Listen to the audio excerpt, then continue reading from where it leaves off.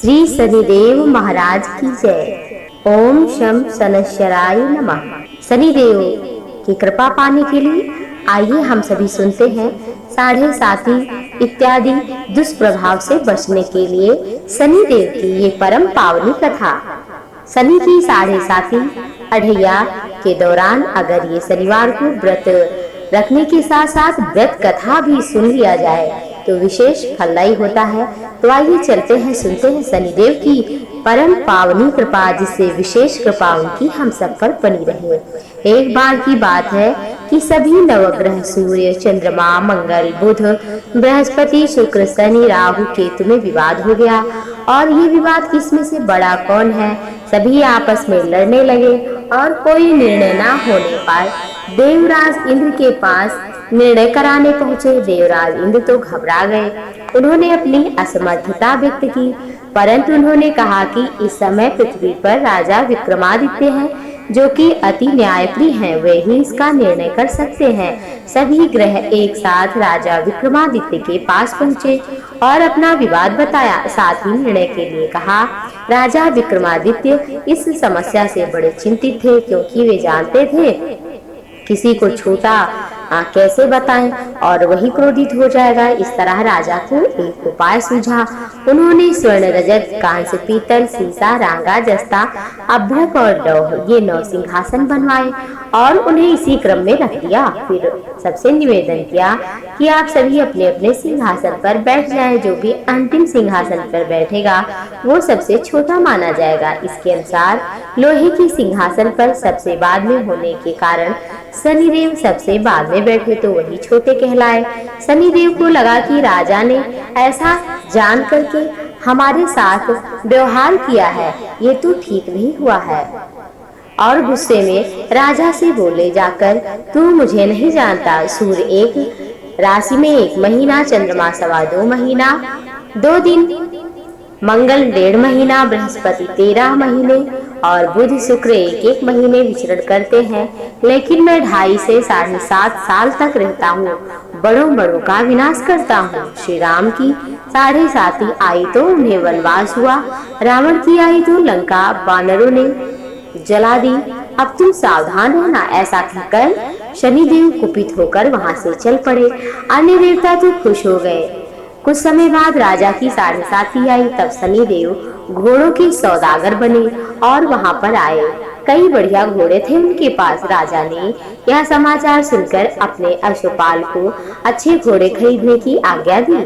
उसमें से कई अच्छे घोड़े खरीदे और एक सर्वोत्तम घोड़ा जो राजा को सवारी हेतु दिया। राजा ज्यों ही उस पर बैठा, वह घोड़ा सरपट वन की ओर भाग चला। भीषण वन में पहुंचते ही अंतर्धान भी हो गया।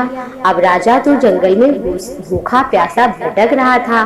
तब एक ग्वाले ने उन्हें पानी पिलाया। राजा ने प्रसन्न होकर उसे अपनी अंगूठी दे दी। वह अंगूठी देकर राजा नगर को चल पड़ा और वहां अपना नाम उज्जैन निवासी बीका बताया। थोड़ी देर दूर ही था, वहां एक सेठ की दुकान।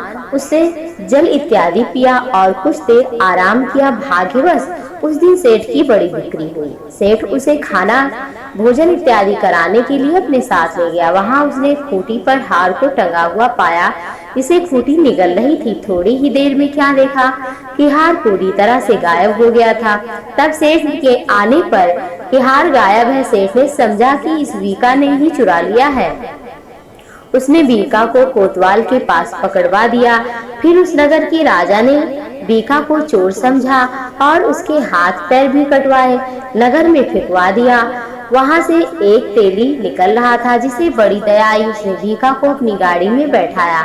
वह अपनी जीभ से बैलों को हाँकने लगा। उस समय राजा की शनि दशा समाप्त हो गई। वर्षा ऋतु आने पर राजा मल्हार गाने लगा। राजा जिस नगर में था, वहां की राजकुमारी को इतना उसका गाना पसंद आया कि मन ही मन प्रण कर लिया कि वह उस राग को गाने वाले से ही विवाह करना चाहती है, करेगी। निश्चय कर लिया। राजकुमारी ने दासी को राग गाने वाले को ढूंढने के लिए भेजा। दासी ने बताया कि वो तो एक अपाहिज व्यक्ति है, परंतु रानी ने ना राजकुमारी ना मानी। अगले ही दिन उठते ही वह अनसर पर बैठे कि विवाह करेंगी तो उसी से बहुत समझाने पर जब राजकुमारी नहीं मानी तो राजा ने कहा उस तेली को बुला भेजो और विवाह की तैयारी कराओ। फिर उसका विवाह राजकुमारी से हो गया। तब एक दिन सोते हुए स्वप्न में शनिदेव ने राजा से कहा, राजन, देखा तुमने मुझे छोटा बताकर कितना दुख झेला है। तब राजा ने क्षमा मांगी और प्रार्थना करते हुए कहा कि हे शनिदेव, जैसा दुख मुझे दिया है ऐसा किसी को ना देना। शनिदेव मान गए और कहा, मेरी व्रत कथा जो भी करेगा, सुनेगा, पढ़ेगा शनिवार को, उसे मेरी दशा में, शनि के दशा में कोई दुख नहीं होगा। जो भी व्यक्ति रोज मेरा ध्यान करेगा, चींटियों को आटा डालेगा, सभी मनोकामनाएं उसकी पूर्ण होंगी। शनिदेव ने राजा को हाथ पैर वापस कर दिए। आंख खुलने पर राजकुमारी ने क्या देखा कि वह तो आश्चर्यचकित हुआ। बीका ने उसे बताया कि उज्जैन का राजा वो विक्रमादित्य है। सभी बड़े प्रसन्न हुए। सेठ ने जब सुना तो हाथ पैर पर गिरकर क्षमा मांगी।